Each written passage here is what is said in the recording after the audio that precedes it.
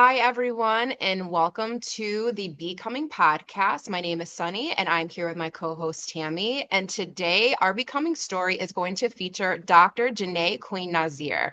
And so, these are two women that I got to meet through the fellowship program that I was a part of. And as you know, this is a part of my Becoming story as a student working on their master's in public health. And so, I'm so excited that Janae said yes to joining us because what Tammy has told me, she has an amazing story about what she has been through and with her life. And so, Tammy, I'm going to take it off so you can start off our opening question with Dr. Janae. Yes, thanks. Thanks for the intro. And I'm very, very happy that you're here, Janae. One of the big, may I call you Janae instead of doctor in Yes, this? please. I was gonna say, please call me Janae. Thank you. Um, why you said yes, we were having dinner with a bunch of other people and we were listening to other kind of checking in and I explained this podcast and you said, yes, yes, Yes. do it. And the earlier podcast guest said it was a full body yes. And so what was the reason that you said yes to be on here to have your voice heard? What is the Yeah. message you want relayed? Oh, there's so many. Honestly, I could come on here. I could join you every week, honestly. So first of all, thank you so much for having me. I am honored to be in conversation with you all. Thank you for the space that you're creating to become. And Mm, so I think that we're always becoming, and we have these moments in our life, right, that are defining. And so part of the reason I said yes is because recently I lost my mother. And it has been very difficult. I feel like an orphan. Um, mm, and her journey, so I've been in this, like I literally feel different. yeah. She had lots of health issues, and I was her advocate. So I'm the oldest of three. And so there's just a duty that comes with being the eldest. And given my life and our setup and so forth, I was her health advocate. My other sisters had their roles as well, and they were beautiful roles and beautiful relationships with my mom. We worked together very well.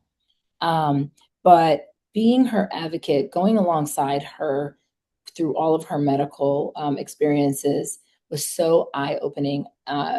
Every time we were at a doctor's office or in a hospital, someone said, "Oh, you're in the medical field," because I had to become fluent and competent.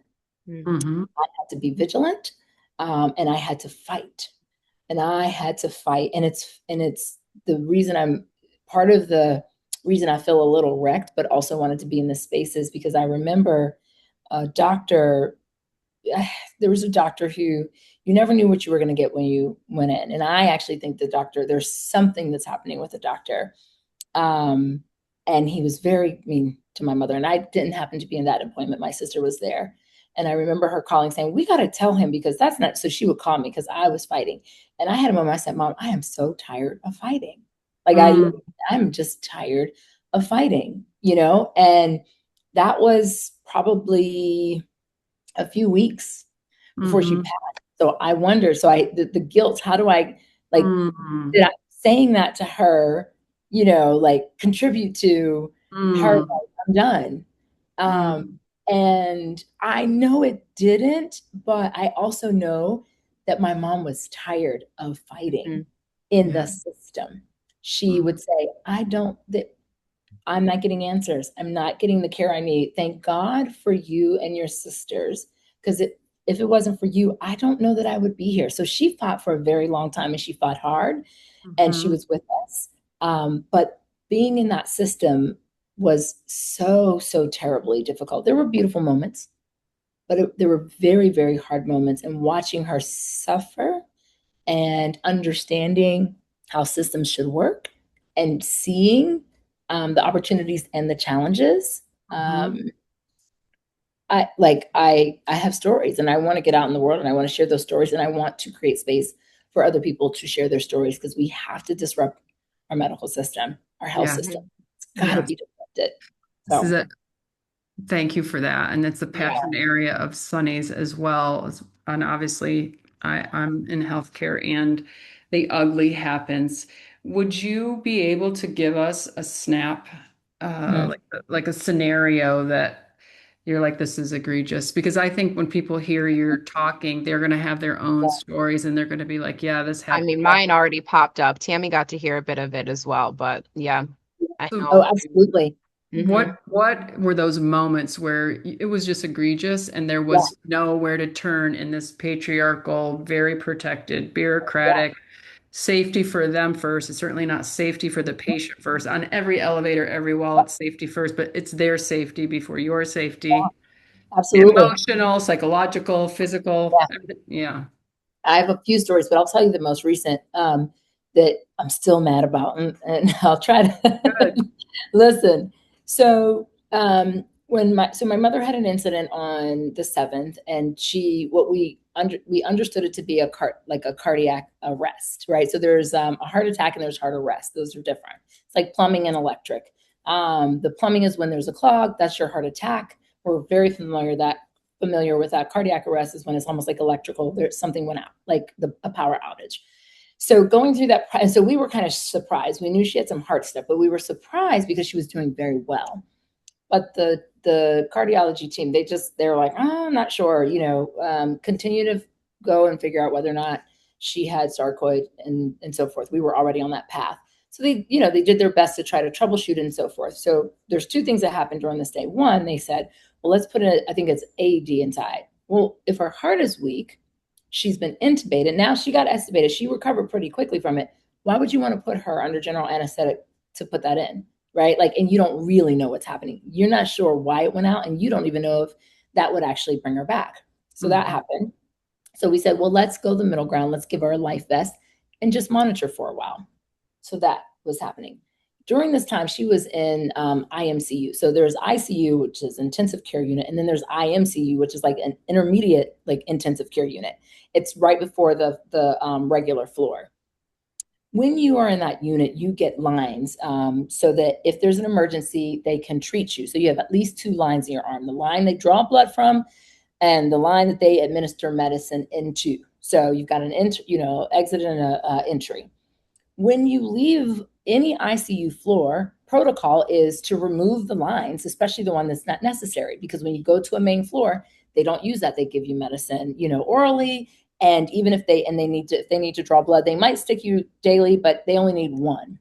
It turns out that they left one of the IVs in my mom's arm, and it was under her arm.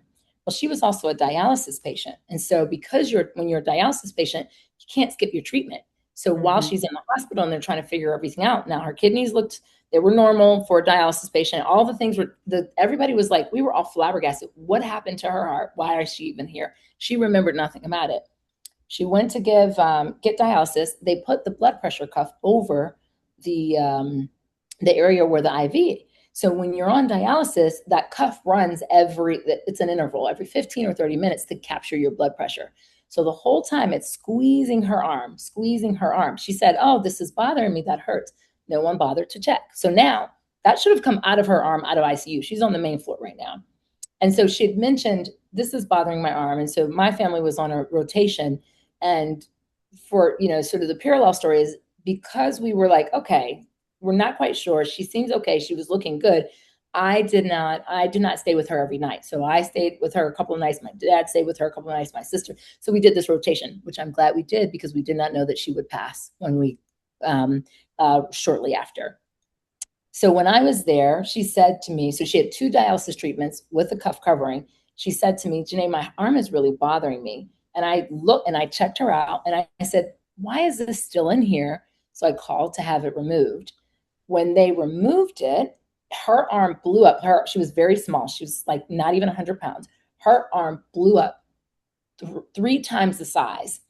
And it was insane. She screamed bloody murder, I tell you. And here's the problem. So one, protocol wasn't followed. So that was in her arm. The other line we found out later wasn't even properly connected because they were sticking her trying to find other places to pull blood. So they weren't even using it to draw blood. She's screaming bloody murder. It's 5 o'clock in the morning. She already didn't sleep. So an older adult not sleeping through the night in the hospital can also create delirium. But she was like in pain. We called for an x-ray because we didn't know if she was clotting or if she was bleeding. And the treatment is different for those. And because of her circumstance, you got to be very careful. It took, I'll tell you the end, and then I'll give you a few points in the middle. It took over 5 hours to resolve this problem. We didn't see the doctor, the hospitalist who like comes for 2.5 hours. I actually took a picture of the clock with my phone. The x-ray technician was at the emergency room. There was one on staff. And so my mother was supposed to be next at 5 o'clock in the morning, at 5:30 in the morning, at 6 o'clock in the morning, at 6:30 in the morning, and go all the way until 10 something in the morning when she finally went downstairs. So she's having an emergency in the hospital, but because she's not coming through the emergency room, she keeps getting bumped. It got so bad that the main floor called the ICU nurse, who was like the resource nurse. I guess, everybody has these multiple roles. She came up, she couldn't do anything. She was so upset. She called code because she just wanted to force people to get to the room fast enough. Everybody came running and they're ready to do all the hard stuff. The hospitalist still didn't make it. There was nobody who ran to the room who could actually help my mother. And imagine someone, and I don't want to scare all the listeners, but imagine someone you love the most. I love my mother the absolute most. And I'm holding her hand and she's screaming my name. She's screaming my name as though I'm not in the room, like looking like she was lost. She was hollow in her eyes. And she was like, I can't take this pain. I'm ready to die. Literally screaming, and no one could help her for hours. Okay. And there were people who were trying. So I don't want to dog everyone. There were people literally trying. They're pulling blood. They're like all this stuff, waiting for the hospitalist. And because she couldn't, and then the hospitalist finally came and she's kind of like, I don't know what to do. And so here's what people need to remember. This is why you need a health advocate. I was able to quickly bring her up to speed. Here's her list. She's got this, she's got this, she's got this. You can't do this, you can do this, blah, blah, blah, blah, blah. And she's like, oh, okay, here's the thing we can treat. Boom. Still couldn't, but I said, but can you treat her? Because you don't know if she's clotting or bleeding internally. We don't know. And we won't know until we get to the x-ray. And so it was just a whole terrible, terrible mess. And she suffered really unnecessarily. She wasn't in the hospital for that. That could have been resolved if they would have just simply followed protocol, dropping her down from IMCU to main floor. Remove the line. Oh, and by the way, when she was screaming bloody murder, they called surge. They called the general surgery, to see if there was something they needed to do. They came in, and when they realized it was an upper extremity, and literally, the nurse said this to me, and because she had a fistula on one side, this wasn't happening on that side of her arm. They didn't want to touch her. It doesn't matter. It's upper extremity, and nope, we don't want to touch her. Then there was the ortho group who came in, who was lovely. And they were like, yeah, it may be bleeding. It might be. So she was like, she was great. But guess who never got called that day? Vascular. That's actually who should have gotten called. The next day when vascular came to check, they're like, nobody called us. This is insane. We could have helped resolve it. So when chaos ensues and people are running around and there's no protocol, like, mistakes happen. It was terrible. So she suffered unnecessarily, and that is egregious and not okay. So I'm mad. And she said, when she finally, came to and sort of got through it, she barely could move. She said, Janae is mad. And she's right. And so I'm about to tear this world up because I'm mad. Good. I bet there are people right now, I have goosebumps, that are hearing that and can place themselves in a story like that, in a hospital room like that, and are going to get mad with you. Yeah. Yep. Yes. We need that energy. We have to disrupt it. It's not okay. Yes. I feel like the mistrust in the healthcare system is a whole other podcast episode, especially for a Black woman. My goodness. Yep.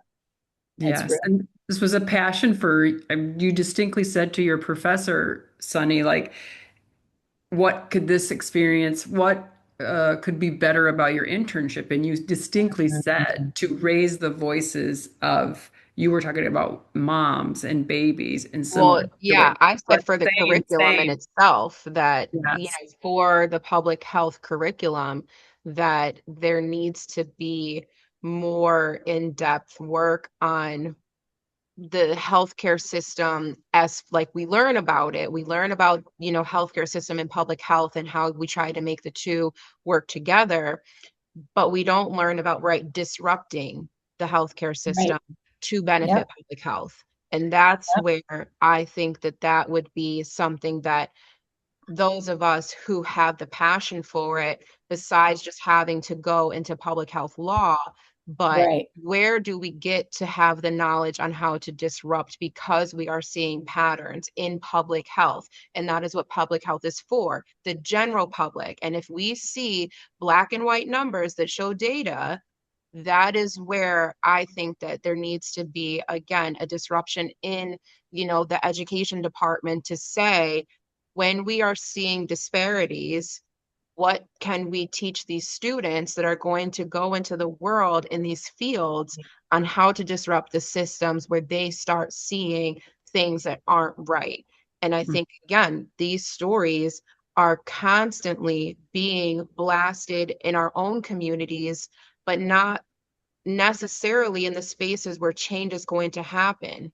You Mm-hmm. see, I feel like you're right. It's like what that's same with Amber Alerts and things like that. There are so many black and brown children that get left off of that, but you see, the beautiful family that lost their child for a kidnapping while they were hiking in somewhere.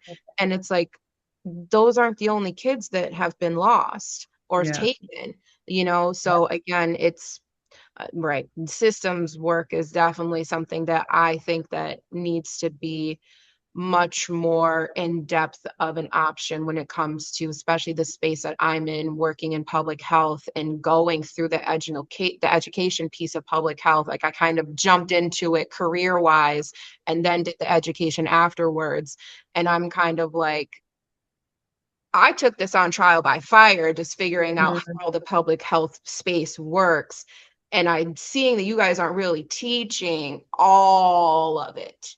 And Mm-hmm. that's Right. where, again, I'm kind of like, yeah, this is cool. You learn about this and how to Mhm. evaluate a program. And I'm like, and after you do the evaluation, then what? That's Mm-hmm. right. I love listening to Sunny when she's on a topic because she was on it earlier. And if it hits, and what we'll say when it's resonant inside of her and there's a coherence that lands in her, it's a different message that comes out. So applauding you for that. I want to go back, Janae, to um, what MAD is going to look like, and then also what is care for Janae going to look like, because both will be happening at the same time. And we had a guest on earlier who you described yourself as an orphan, and she described herself as motherless. And Mm. we talked a little bit about like that is a new way to be in the world that's not natural to us, and our nervous systems are trying to co-regulate without our co-regulator mtDNA Yeah. person. Yep. And so how is that going? What are you doing? Because the further we can get that piece, like Mad's going to take on a whole new look. Oh no, I know it is. So this, and it's hard because I'm an optimistic person, like just my nature. I'm optimistic, can always see the bright side or the sunny side. Still love the moon and I appreciate the rain, right? Like I can appreciate all of the things that I experience. And so for me, how do I make how do I turn it into productive energy and productive outputs? And so one of the ways that I want to do that is through my work. So I'm co-founder and CEO for Black Gravity, and our goal is really to increase ownership and improve health. And the way in which I want to do improve health is getting folks educated, getting folks riled up, Mm. mobilized to be health advocates, to ask questions, to push on folks. Doctors, it's the practice of medicine for a reason. They are practicing. I have so many stories about talking to one doctor. Should we administer this pill versus this treatment? Should we, I helped them figure out that she had bacteremia. I can never say it one time and people were like lost. And help, look at this. So they're practicing. And so like I have grace for sure, but we also need to be equipped to Yeah. to really support ourselves and our loved ones in the system. I mean, sorry, my quick tangent is think about anytime if you've ever been in the hospital and you are just out of it, and the doctors come in and they say a bunch of stuff and then they leave. How are you supposed to communicate that to Nothing. whomever? No. It It should be a public service announcement. You can't go into a hospital unless you have an advocate because you right. surely aren't going to That's make it right. without an You're advocate. not. It's not. It's so insane. And and I have, listen, I feel bad for the doctors because I know like that bright eyed, bushy tail wanting to be in medicine to help people and they come into a system and they struggle. Like people, several doctors secretly look at me in those rooms like, they're, first of all, they're like, thank God you're here. When you get to like quiet, thank God you're here. And they're like, I'm trying, Don't but this know. is what they don't know. And so I have great, so no, listen, I am so grateful for those who really show up each and every day. And so MAD for me looks like, what can I do? How can I spread my voice? Being here with you all in the work that we're doing, the Wealth Through Women's Wellbeing work, we were creating an index to sort of look at where and when and how investments are made in conditions that disproportionately, differently, and uniquely affect women. That is where we're starting because there's an overinvestment in some areas and an underinvestment in others. Had we invested more in cardiac care for women, maybe the cardiology team wouldn't have been like so stumped. Maybe we'd understand where sarcoid comes from and how it happens. Maybe there's more, so because we know that cardiac events happen differently in women. And so that's why, it's a disease that like plagues us. We're disproportionately represented. But a man has a heart attack, it is a technical issue at this point. They know how to fix that. My dad has had 3 heart attacks and he's running around. Okay, Same. with an ejection fraction that is lower than what my mother had the day. So what I didn't finish in the story is they said the life vest, right? So we were ready to discharge her, and the doctor said, I have good news and bad news. The good news is that her ejection fraction rate is 67%. The bad news is insurance won't approve Oh, a life vest. So the insurance guy's on the phone, yeah, because of her ejection fraction rate, blah, blah, blah. So nobody wanted to say, yeah, but this is a special circumstance. We're not quite sure. And I believe the cardiology team tried, but then they were up against the insurance company who didn't want to give her the life vest. We took her out that night. The very next day, guess what happened? Her heart stopped again and she died. mm, That's what happened to my mother. And mhm. so, on her death certificate, it's like, oh, she had all these comorbidities. Yeah, she had health issues, but listen, Put the truth down. let's Yeah. put that. Here it is. Or at least So what is said, because I'm not yeah, even convinced when I heard about this, what else yeah, was, yeah. I'm because not either. things move and was it Yeah, heart, was it vascular? And right. I think you said a really important thing, and I'll repeat it because 99% of the time we're going to get somebody coming back. It's like, how could you guys, medicine saves lives? Yes, medicine saves Absolutely. lives. Doctors and nurses and healthcare teams save lives. Right. But there's no person listening to this that can argue that things happen. And we can look into the financial reports of the hospital systems and Mhm, the insurance claims and all the other things that talk about where mhm. mistakes happen, and they happen in every field. So before anyone reaches out and starts pushing, we're talking about mistakes happen, Yep. people die, and there are ways and things that you can do to see that this doesn't happen again. That's absolutely right. Yes, absolutely right. I have good stories too. Yeah, Critical care everybody does, but like yeah, we've got, yeah, you navigate it all, right? I mean, And you yeah. said it right there that your father has had 3 heart attacks and he's up around and living life. So yeah, that is when medicine works, that's when exactly right. when the things are put in place. But again, it does go to show the difference between a patriarchal Mhm. world Yep, and not. that's right. Yeah. That's absolutely right. What are So, you missing about your mom right now? What Yeah, comes I to would say I mind? don't know if we got to the part of Janae oh and yes. yes. I think Oh we got to God, the mad part. We I'm touched mad. mad. I've Yeah, known her now since, oh gosh, many yes. years, over a Yeah. decade. And so I know that, so I'm just gonna, Hmm. and But, with ah, grace and love, yeah, because there are women listening to you that yeah. hear the story and have the Mhm. emotion, and they're probably asking themselves right now, like, how does she Yeah. get through this? How does she, like Woo. right now, I want to rip my hair. Like, how is she Yeah. looking so poised? No, I'm not. I'm holding back my tears. So yeah, Tammy and Sunny, you all are like right at my heart. Everything. She was my twin. I everything. Seriously, she was a bright light. I get my affect from her, which I'm so grateful for because it's funny. She had so many things happening, and every hospital appointment, every doctor, no matter what, people are like, "Oh my God, you look so young, you're so vibrant, you're so beautiful." And so if you put her health issues against the way she looked, it just didn't match. And that was her Wow. decision to, yeah, to still live life on purpose. And so that was so beautiful. And just seeing her strength and vulnerability through the pain that she Mhm. suffered so much through getting being so grateful for beautiful care that she did get sometimes, and so hurt and feeling rejected by some of the like the care that she didn't get, which and the answers that weren't helpful, and the missteps and stuff like that. And so just watching her struggle through that, she's listen, she's my we she helps me. She actually literally helps me. We design beautiful things, and she was like my partner in How progress. does she come to you now? So she actually came to me. This is funny. The first time she came to me since she passed was in Macy's, one of her favorite stores. I was there with my husband, we're shopping, and I sat down and I thought, and there was an empty seat next to me. And I had my hand there and I thought we would be sitting here together. And in that moment, I was like everything went silent, even though everything was still around me.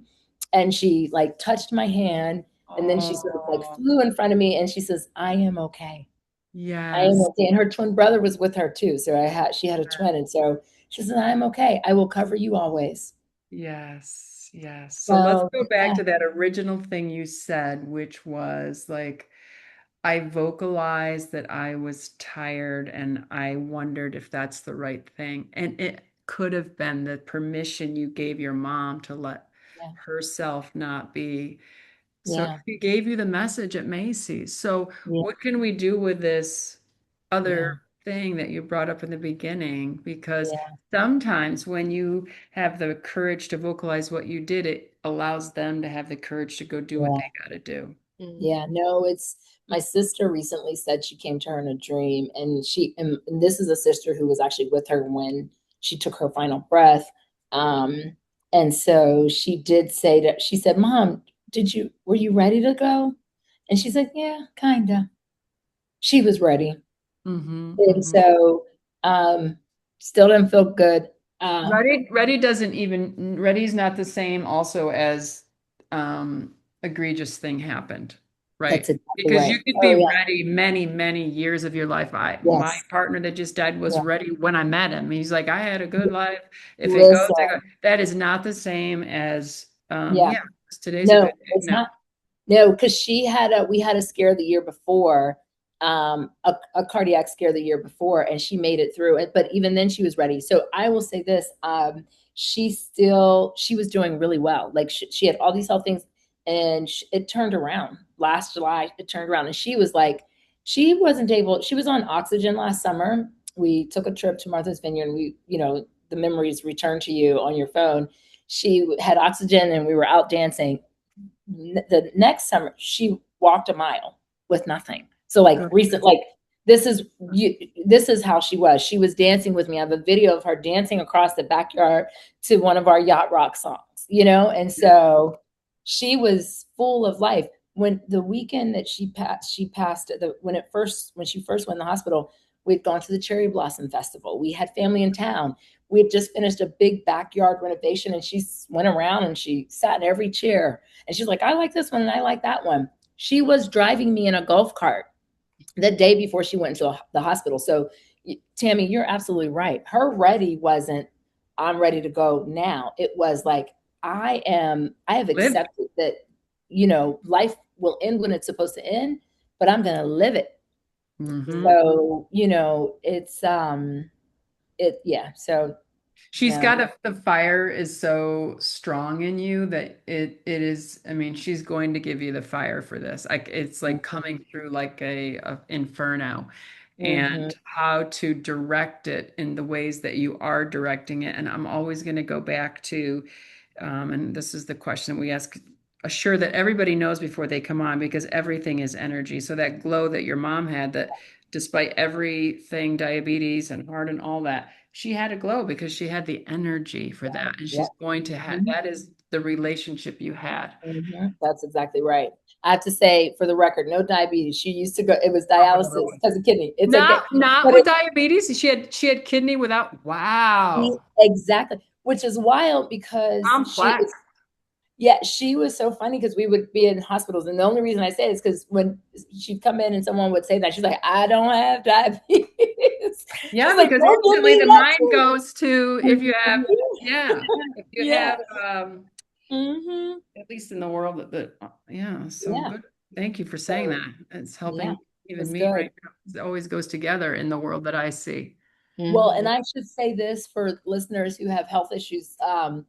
She had hypertension, and one of the things that I discovered is that she had, I think it's orthotic Orthostatic hypertension, hypo. orthostatic hypertension. So here's just a tip for everyone.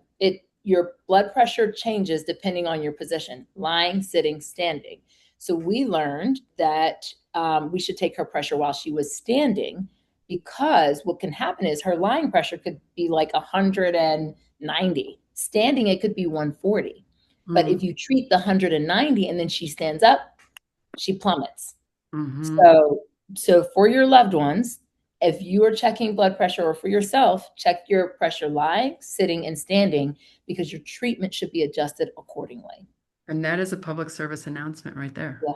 You know what? Hmm. That's very interesting because whenever I'm at the dentist office, my blood pressure is always higher than when Hmm. I'm at any other doctor because, right, I'm already on, like the dental chair. So my feet are up and they're always like, your blood pressure is kind of high. And I was like, you are the only people that ever say that. And so when I go to my primary, any other, they're like, there's nothing wrong with your blood pressure. And I was Hmm. like, well, I don't know. They're like, make sure Additional. it's getting monitored and blah, blah, blah. But right, I do think the Yeah. position of my feet is a major contributor to it's elevated when my feet are Hmm. up versus when my feet, and obviously, right, your blood pressure changes throughout the course of the day. And I'm like, yeah, Yeah. I'm going to the dentist, which is already a scary thing. You guys Hmm. usually get me after work and I haven't eaten anything. And so I was like, yeah, I'm sure my blood pressure is a little elevated. Plus, right now that you're talking about that, my feet are not right Hmm. there in a sense. So they're always like, "Oh, your blood pressure." And I'm like, I don't know. Like any Hmm. other time, it's fine. So Yeah. that's good to know. Thank you for that little tidbit. You're welcome. What does justice look like for you in this? Mm. Well, one, it's the protocol. Hmm. I want everybody in that hospital and everyone listening. What are the protocols when someone gets stepped down from ICU to main floor? Follow Hmm. them, because I will say this, the hospital, when you go to ICU, they are very thorough there. Like when she went from the emergency room to ICU, it took over an hour. They wipe her down. There's all these things that happen when you go into the ICU or the IMCU. But when you get stepped down, Mm, what's the checklist and who does things that? Is don't that on the main pass. floor? Is that on the IMCU? So what I would also recommend is call for the charge nurse. Have we covered everything? The charge nurse is the person who's in charge of that floor. They're the nurse boss. And Hmm. so just one thing is just like getting the protocol right so that other people don't have to suffer. Yeah, and That you have the right to see the protocol, because even on the floor, there's a protocol for how frequently that thing should have been changed. Even yes. despite her move, Listen, there's yes. a protocol for the frequency that has to be Yes. changed. And So, I asked about it too. I said, when do you change that? What's going on here? The vascular came in and realized that the needle was out of her arm, even though it was still taped. Like it was in her arm, but it wasn't in the vein. So, like, what are y'all doing? What are you doing? Listen, the things that they have to do, you have traveling nurses. I've also seen things fall through the cracks when you have a person who's just rotating in on a shift. What's the moment? What are the 10, 15, 20 minutes that a person needs to lock in to make sure that they can pick up where someone left off? We've mhm, gotten wrong medical records. I mean, just the whole overdosages on medicine. Every time somebody comes in the room, ask, what are you giving me and why? mhm. ask for your physician's notes. There's so many things. So justice for me is getting these systems right and getting people to abide by them. Like folks get comfortable. You know, you get in the flow and you think, no, you cannot get comfortable here. Every patient is different. Every scenario is different. Everyone. Yes, that's right. So we have this one question we ask, and I didn't tee it up for Sunny, but it's kind of so this is the Janae now, and we like to ask, like, what would you tell that Janae that was sitting in, now that you've had the experience, what did the Janae that was sitting in there that day when mom was, what would you want to tell her now?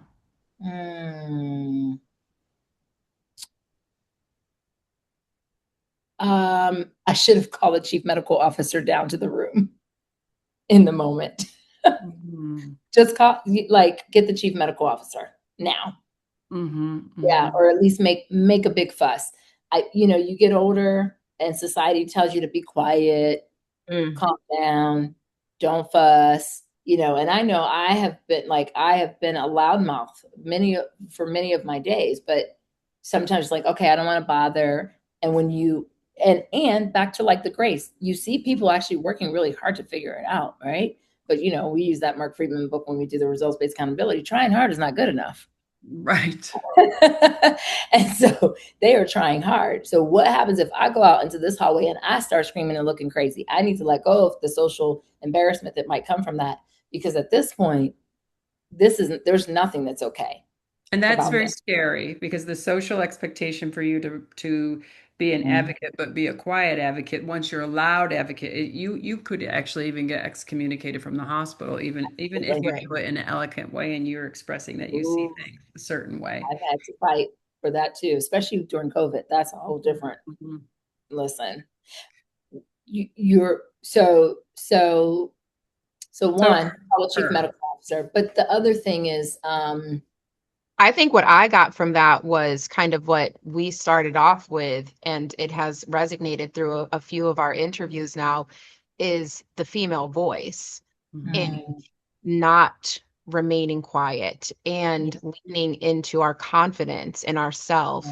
Because, right, I think we have seen this a handful of times that we knew we had a time where we should have been louder, but right, society has taught us to don't make noise, be the good person, and right, as the female in this, you lean into that and just What was the moment that your intuition told you this wasn't right? Because this is the thing we really shut down, which is like there's something in there in the theme of it when you were there, and it's a feeling that will not go away. And we just don't have a place to put it in a hospital system. Yeah. Well, I think I would actually say as soon as her arm, so when so they took it out and she was like, "Oh, that hurts." Right. So at first I was like, "Okay, mom," thinking it's okay. And then the one nurse, Lord have mercy, presses down on her arm. And then she's still screaming, like, "This really hurts. It really hurts." It's almost like it was this growing pain. And then I saw her arm. So I put my hand around her arm and I'm like, "Oh my God, get me a measuring tape." So I'm starting to monitor. And that's when I'm calling all the people. And again, they're like, and you have to work with the nurse. You also have to work with other people who don't want to necessarily buck against the system and so forth. So now my facilitation skills are in full, 15, 20 minutes in, I'm like, okay, we have to solve this problem. You're not the nurse that can help me solve this problem, because like, you're bringing ice and heat. You don't actually know what it is. I need someone else. Give me the charge nurse. And then the charge nurse, she was the one who we worked together. She's the one who called the resource nurse. A resource nurse comes from ICU. And so when you had with the charge nurse, me and the resource nurse, we were rolling. Like, the fact that code was called says everything. Code was called. And that's the resource nurse is like, wait. And people are like, "What's that?" She's like, "I'm just trying to." So if she can't even get someone there, what am I going to do? Right. So, but I knew, again, the thing that I did not want to, I'll say this much, they still didn't know if it was bleeding or clotting. Again, it took 5 hours. 5 hours to get down to, and we had to give her morphine, the whole bit. and not too much because we're also still monitoring her heart, Mhm. right? And her pressure You because her didn't pressure. draw blood, stat labs for bleeding or They clotting, they they PTI did and they R, did COVID, all they that? they drew blood. It was hard to get some blood from it was hard to get some blood from her. So those nurses, they were working hard to get it, but again, she was just writhing in crazy pain. So that was your So moment that when was my that moment. Yep. you was like It blew something up is and I'm like, definitely let's right. go. So I'm just riding everybody in the room, let's go, let's go.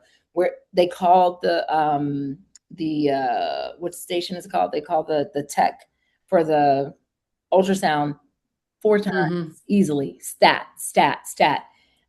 What I would have done differently is because the nurses were in the room, I should have just left and gone down to the place where the technician was to do the why can't I speak today ultrasound. But my sisters weren't there.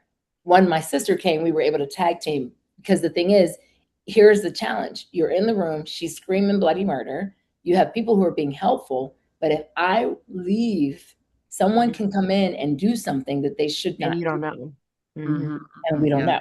So it introduces another thing. But I wish I could have done an out of body experience and run down to the ER, get this person, snatch the machine. Yeah, Let's Yeah, yeah. I'll do it. This is right. coming up time and time again. And that's why the questions asked, because there's going to be people listening and they're going to hear their story and yours, and you're giving them wisdom that all of us might need one day, which is, and you've said it and we've heard it in other stories when things needed to be told that weren't told, and it is tell, get louder, tell, get louder Right. until. That's right. That is So I absolutely think right. also I want to go back to a bit of the more emotional side and not so much the Mhm. medical side, because I think that it's easy for you to talk about that piece of it, Oh, but almost absolutely. back to Tammy's original question of what about Janae? What about Mhm. Janae, who has described herself now as an orphan? Like, Yeah. is there survival moments that you just kind of find yourself that you're like, I am just doing this to get by? And, Yeah. where are you feeling yourself right now? We're talking about co-regulation that needs a new Yeah, co-regulator. it does. Well, it's funny. I said the other day, something happened. I don't know. Someone had a health thing. And I just remember starting to kind of give information and knowledge. But then I thought, I'm so exhausted. And I don't know that I know how to take care of anybody else Hmm. anymore. And, Hmm. again, right, wrong, and different. But I'm just like, I don't know that I can't. I don't know that somebody's like, can you come be my health advocate? I don't know that I can. Right. Like Hmm. grief is also just exhausting. Grief is terribly exhausting. Huge. It is like, okay. So the way that I'm trying to, because I'm a mess, I sit in my room and I still have these moments where I'm like, what are you're really not here? Like, you're really not here? This is real? And so, Right. And you can um, smell them and you can yeah, hear them. yes, it's just so that's been very difficult. And again, as an oldest daughter and eldest daughter, how do I take care of my sisters? I don't feel like I can take care of them. I'll just be honest with you. Like we're all struggling because we all have very different relationships with our mom, and they were beautiful, deep relationships. So it's like we're just a mess. I'm a whole mess, like a Mhm. whole entire mess. So Stay in the mess where there's a lot. Stay in the mess because we talked yeah. about earlier. This another one of the guests. Thank you for being vulnerable there. Hmm. Also lost her mother, and she lost her mother when she was 13, and she's now 4. Mm, And we were saying like she was very clear. She said, it doesn't matter if you lose your mother at 13. It doesn't matter if you lose your mother at 50. That pain is, you cannot mm, describe it. And mm. I just lost Mel, but losing my mom was a very different texture. Do you want to explain how the guest earlier gave the metaphor for grief, Sunny? Because I thought it Yeah. was good because because it's your mother and you carry that MTD. That is that's not going away. And No. it's just going to look different. She gave us a nice kind of So visual. she said that through therapy, again, so like what Tammy mentioned is that we had a guest who lost her mom at 13, and Mm, she now in her 40s has started going to therapy and really diving into what that loss has looked like and impacted her life. And so she said that what was described to her was that so many times people say time is going to make it better. Time, time, time, time, time.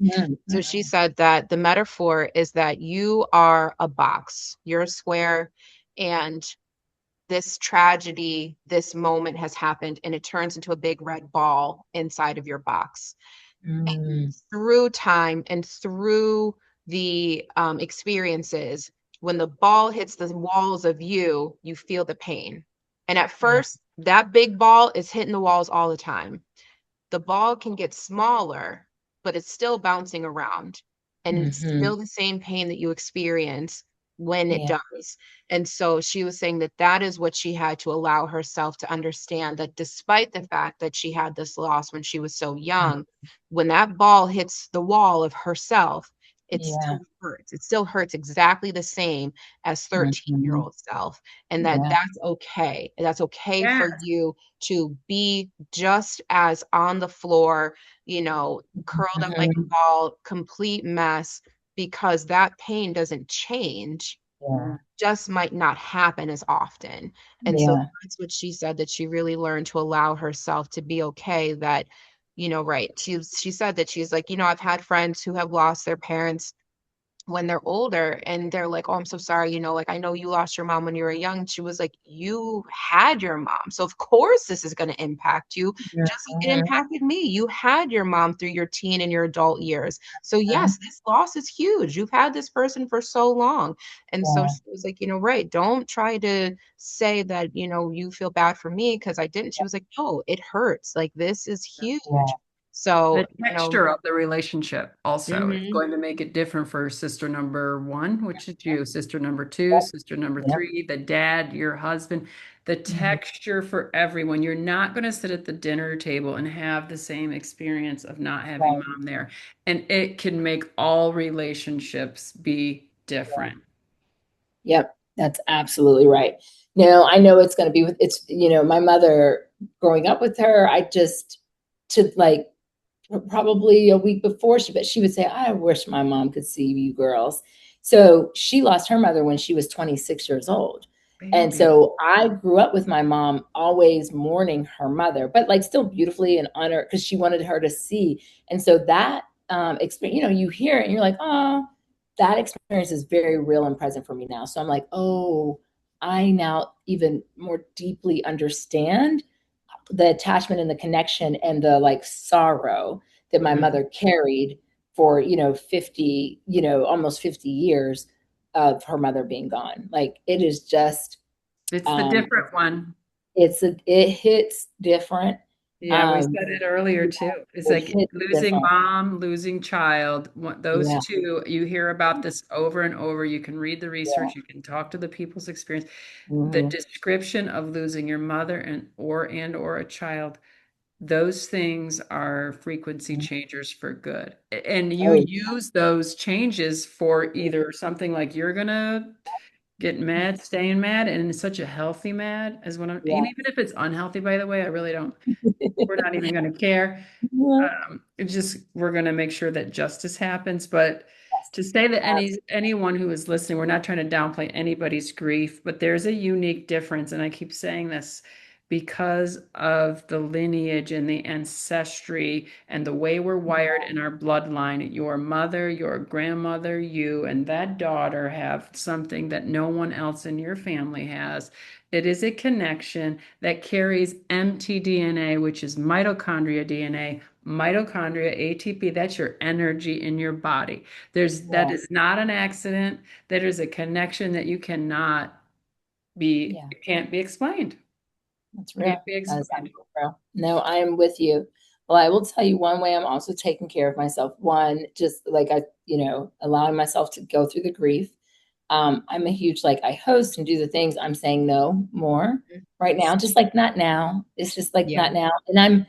And I am feeling less and less guilty about that, which is beautiful. Yes. And I have taken up piano again. My Oh, mom started me when I was a kid, and I used to fuss at her like, "You should have made me stay in it." And so I am returning to music, yes. hopefully dance, but music right now, and that is bringing me joy. as I'm learning this because I know she would be very happy. She would get a kick out of it because she was Yeah. just so proud. And so I'm like, okay. And I think music is a medium for connecting spiritually. 100%. And Yes. so it's also a way that I feel like I'm going to be communicating and connecting with her. Yes, it's the original hue. Human, HU, is a seed sound. Mhm. So it is through sound that we all, Yep. it's that That vibration. mother's voice that we know. When we talk Mhm. about voice, like that is that's the voice that Yep. we know that carried us, right? It's Yeah. recognizable in all space and quantum. So I Yeah. love that so I'm just going to recap for people like a, a theme also today is like letting go of the expectation. So no guilt. And why wherever that came from, we don't care anymore, but it's gone. Now that the load is too much that we actually just be like, what? No. Right. No. No, no. And now it's like when you people say like, oh, when I would never wear this when I was younger, but now that I'm 50, I don't give a crap. Yeah. Why do we gotta wait? Yes. Why do we gotta wait to Right. wear like or say no, I'm actually not. They're gonna be the No, hostess and nope. Not doing it. Nope. Yeah, I'm that's not. I told Tammy that I am just now kind of getting to that place where I'm like, oh yeah, I forgot that I'm allowed to say you're asking too much of me. yes. Because Yeah. again, not everybody even knew because I was in the fellowship, I was in school, working full time, taking care Mm, of kids, and they're like, "What happened?" I was like, "Oh yeah, my ex died, and yeah, I had to tell my kids." So mhm, yeah, Mm, yeah. mm, but I still have homework assignments that are due. I still have Mhm, fellowship projects that have to get done. yep. Just like Yeah. I was like, you don't want to take a break? I was like, no, I'd rather steam engine through it and be done. So Mhm. I leaned on, my tribe and my friends to be like, look, you got to help me with this assignment. I said, if I talk, can you type? Because my brain can't do both right now. your brain does Mhm. shut down. That's a Hmm. real thing. It is very real. Like I nobody should be a multitasker, but I'm pretty good at multitasking, and I have found myself going, pause. Like I can't, I gotta focus in at few things, fewer words. I need a Mhm. moment. Give me grace, please. Yes, yes, Mhm. yes. Oh, like we were saying with another guest that just right concentrating, like I remember I was trying to type in like a code to get into a building and I was like, "Oh my gosh." I was like, "Why can't I remember these four digits?" I was like, boop, boop, like, "Wait, what am I doing?" Four, what is one, four. I was like, "Oh my." But right, my Yeah. brain was just like, "We The can't. This is a nervous little too much of system. me right now." It Hmm. all, as much as it's woo-woo, it's not. The No, nervous system is dysregulated. And we have to do things like piano and music and ask for, I don't even know if we have to ask, but like I I, require right now. That was my new phrase because I could do 10 trees to one human. That was my ratio. Don't come near me. And I would mm, just say like, I require no one here. yeah. And now my new phrase is I require. I'm not asking. Yeah. This is what I require for if we're going to have a dinner, I require this. Like Yes. this is what I can do. This is what and you're all leaving by 8 because my brain of entertaining Yeah. is right. Yep. Sunny, like, yeah, Yeah. this is what I require right now. And I Mhm. wish that other self started I require when I came Yes. out of my mother's womb because we all Hmm. require it and we put on a whatever that is, a performance or Right. persona to have the social fit in. And you end up we talk about relationships of resonance that give you energy and you feel good and you want to be around them, or the relationships of obligation and you Mm. are exhausted. But we put Woo. ourselves in A relationships of word. obligation. That is a word. I love that. Yeah. That is So right. how many relationships of resonance do you have? And we hear a lot about surrounding yourself or the ones of obligation, which yes, you have to have a job and everybody da da da da, but the Hmm. obligation ones really do not do well in your toroidal field, that sphere around your energy, because your nervous system knows it's not right for you and it requires constant regulating to be around somebody that dysregulates you. Yep. which is what you were doing in a hospital room with gazillions of dysregulators around you until one co-regulator or maybe two came in and said, I know exactly what you need and what your mother needs. That's right. Oh, go ahead. No. Your points about this sort of resonance versus obligation. Also, what is resonating with me about what you're saying is also how we feel when we're in danger. And so, yes, there's this. I read this series, this trilogy, "The Girl with the Dragon Tattoo," and I think they did a screenplay, a movie. Mm-hmm. They did a movie too, and there's a scene where the reporter goes back to a house that he felt the danger, right? And the guy, and so he's like, he shouldn't have gone back to the house, and he sensed something wasn't right. And the gentleman asked him, he said, like, why do people fail to trust their instincts when sensing danger? And I think it's like that was so powerful to me, because he basically said people are so often conditioned to be polite and avoid conflict, and they will ignore red flags, walk willingly into a dangerous situation. That was it resonates with me, because I feel like that's also what, to your point about this obligation versus resonance, obligation can put us in dangerous places. Dangerous places. And it could be like how our health is doing, like what our energy looks like. It could physical danger, emotional danger. And I think we know when we're not supposed to be in a place, but still we've been conditioned, and we have bought into that conditioning, or we sort of comply with it out of being polite. My mother was in danger, and I didn't go out and yell and scream at the top of my lungs in that hallway because I wanted to be polite. Right. But my gut says something like, if I go and I act crazy right now, I think I can get that tech up here. Right. And you also were fearful that if you left her, what was the I was fearful if I left her, what would happen? Because now I'm in an environment where I don't trust the situation, because they couldn't follow a simple protocol. So existing in that conflict, right, and sort of trying to, but and you're already in an environment where we're asked to stop thinking because the white coat actually has the answer. So not even by free will. This is not even free will. This is your nervous system seeing the hospital. You already are shutting down executive function just by the environment, not even anything to do with a free will choice. That's exactly right. And so there's this, so as we're thinking about, anyways, that was something I had been thinking about, and even preparing for this session. How are we, like, our gut is some people will say it's our second brain, right? We know it. And so what do we need to do to take care of our gut, to be guided by our gut, and disrupt some of the social norms that do not serve us? Yes.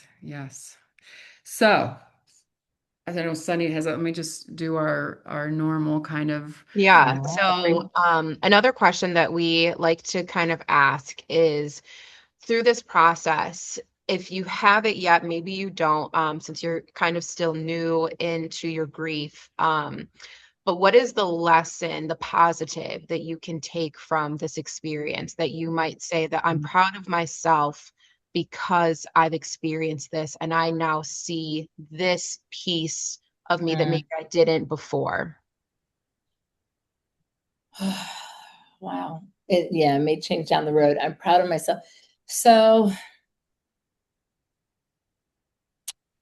when you mean like related to like the medical event that happened, or just in general with in general, maybe you're like, go ahead. Go finish your sentence. I was going to say, it could be that I'm a great advocate. It could be that I am able to move on without this person that, was a pillar in my life. I don't know, whatever, maybe again, something that I can pick up piano again, like whatever, you're thinking that, I'm proud of myself that through this experience, I've maybe got in touch with this side of me that I didn't know was there.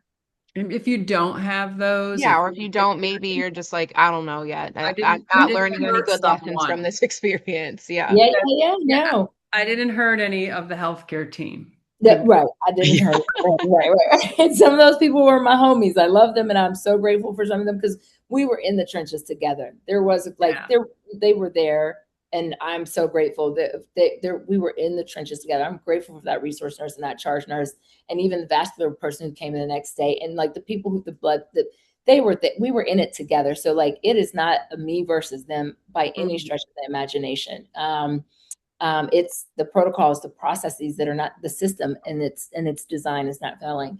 The thing that where I am right now, because it is still so fresh and so new, is that I am proud of myself for continuing to want to live, and that's recent because when you lose and you lose your mom, given the kind of mom she was and the relationship we had, I literally had a moment and I was like, well, what else do I have to live for? Like, and that sounds, and I was feeling guilty about it because I am married. I love my husband deeply, and we have raised children together. Like we have a non-traditional family, right? Where we sort of inherited and adopted family, family and raised children as our own. And so like I love my daughter and my nephews and the people who have become my children. And so of course I had to think about them, but being able to say out loud, like, what do I have to live for? And not, and like working through that, because I'm like, because y'all have to realize again, I have been rolling with my mom, especially since she got sick. Like that was the way we spent time together, going to the hospital, doing this, sneaking in between stores and shopping and things like that. So when you spend your time fighting and advocating for someone, and then they are gone, you're like, well, what, what else? All that space that was filled with fighting. And I even hear you trying to qualify, like, you got to understand, y'all, like my mom was like, you can say exactly how you're feeling without any qualifiers. If you didn't feel like living, that's where you're at. Yeah. And we don't need to qualify how nice the relationship. It could have been something totally different, but this is our desire to like, let me make this sound nice for you because it was awful. But no, like the real thing is I didn't feel like living. And I might even return back to that. But right now, you said so good. You're like, right now, it could change later, but right now, this is it. Because we're trying to give people, women, that like, I'm having in my mind, I like this chain, like cut the chain of diplomacy on this whole way we have to frame our feelings. Yeah, no, well, that for me, as an eldest daughter who was very dutiful to my mom and my family, but especially my mother, I just was like, I'm good. Like she told me when she was alive, Janae, you honor me. Could there be anything better to hear from a mother? No, like usually she literally is like, you honor me and you're a cheerful giver. And that you literally, she says about her, I will say this for my sisters too, because again, these different relationships, she says, Janae made me rich. Robin, Catrice, well, Queen, Lord, her government name, Queen, made me famous because she's a movie producer and she was in a film. And my middle sister, Robin, made me whole. She was like her spirit. Wow. Yeah. And I mean, and so we always joked about it, but she said to me, I remember driving to an appointment or from an appointment. And she said, Janae, I'm so grateful for you. She says, you have honored me. And I was like, oh my God. And so she put a pep in my step. And so that came back to me when I was feeling like, what else do I have to live for? And again, I know I'm not qualifying for that, but my husband and my friends and my family, I have a whole bunch to live for. I know, but I am allowed to have the thought and the feeling. And I'm not going to apologize for actually thinking like, I'm good. Everybody else has to get over it. Yes. And I needed to go through that because what came to me was, you honor me. And so I can continue honoring her. I honored her in life and I will honor her in death. And while she is not physically present, I am a spiritual person. I believe she is still spiritual. She is a part of the universal vibration and energy. Yes. And so I am proud of myself to be able to go through that cycle of like, I got nothing, to I actually have a whole lot more. And so that's why Janae is mad, but she is motivated to continue to honor her mother. That's got to be the name of the podcast. Janae Yeah, is mad. And that's just bring on right. yeah, Yes. that'll be wild. Because Yeah. mad can be so Yeah. great. The Yeah. energy of mad can be Right. so precious. Yeah. And for anyone who is listening, you know, you're going to find yourself in all the stories that you hear in today. And so if I just recap for Janae and weave in here, Janae, if I miss anything, but what I heard you say is like the things that got me to the next step, which is like releasing guilt. That was Yeah. one. We like to recap for people. I cut back on my hosting. Like, I don't need to be the cheerful giver right now because I'm not in that place, right?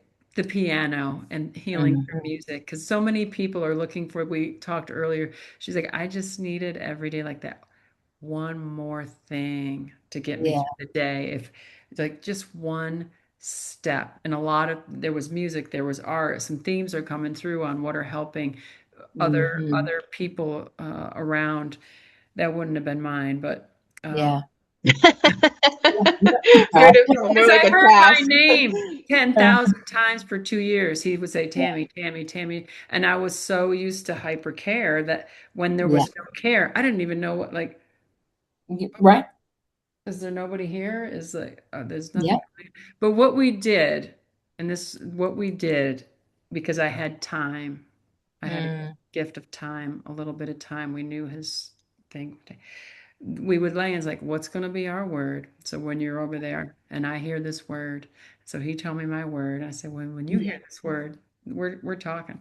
And then he Yeah. said, if you see this bird, this is the bird. I don't say it out loud because I don't need 1,000 Yeah. people telling me. I need to see the bird. If you see the bird, good. Yes. I don't want you saying, I saw your That's right. bird. Yeah. No, Yeah. Yeah. when I No, see that my is bird. that's sacred. That's sacred. Yep. That's right.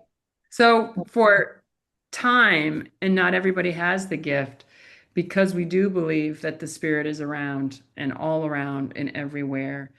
You'll find your own ways to make a relationship with this space that we can't understand. And Mhm. our nervous systems are trying to re-regulate too. And earlier, a guest said, I'm now, even as an adult, like I have to parent myself. And I've never done that because I called Mhm. 10,000 times a day or checked in or did that's Mhm. not that. So parenting that little girl that still exists that wants to make that call, how do I parent her? Mm. Wow, it's Yeah. beautiful. Thank you so much. This has been so healing for me, just so you know. So I just want to thank you for the space. Yeah. Sorry, Sunny. I'm like fiddling. Why are you apologizing? This Oh, is I know exactly you're. what we want everyone to Yeah, be I'm able to have this exhaling. moment. Yeah, like because Yeah. again, we know that our stories are unique to us, but they might not be unique to everybody else in the world. There might be somebody else who's like, Janae, girl, yes, Mhm. I was in that hospital ready to cut up because these Yes. people wouldn't listen.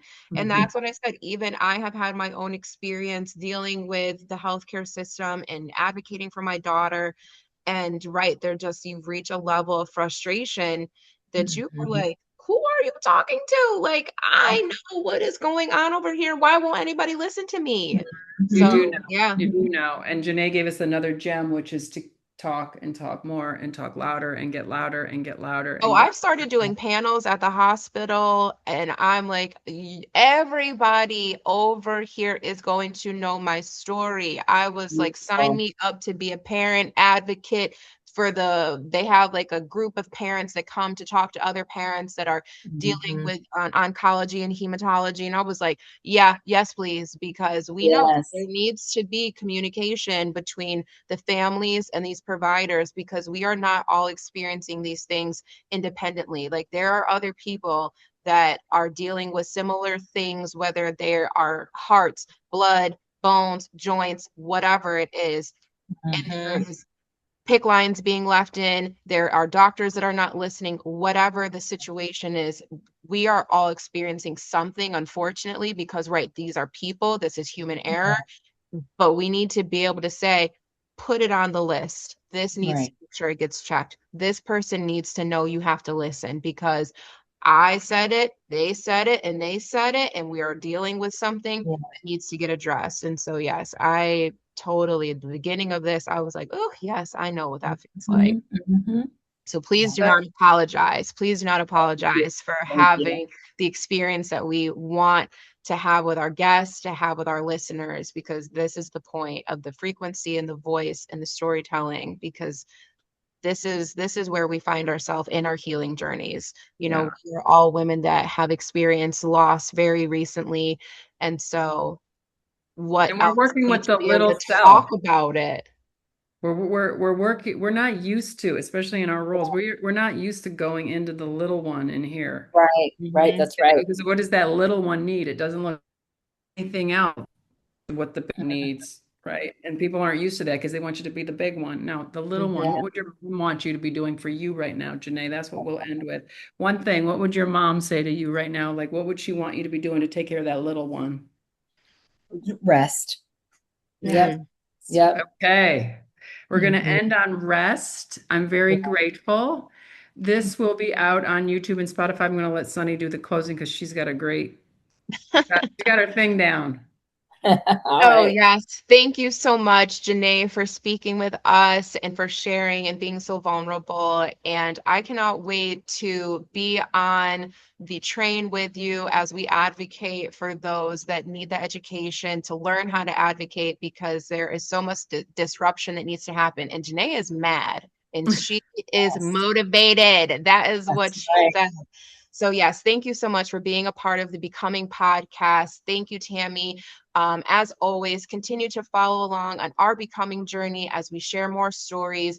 Again, listen to us, find us on YouTube and Spotify. And as always, thank you so much for sharing and being with us today. Bye, Thank ladies. you so much for having me. It was an honor. Bye. Have a good night. Rest. That's a good word for this. Yes. Bye. Yes. Bye bye.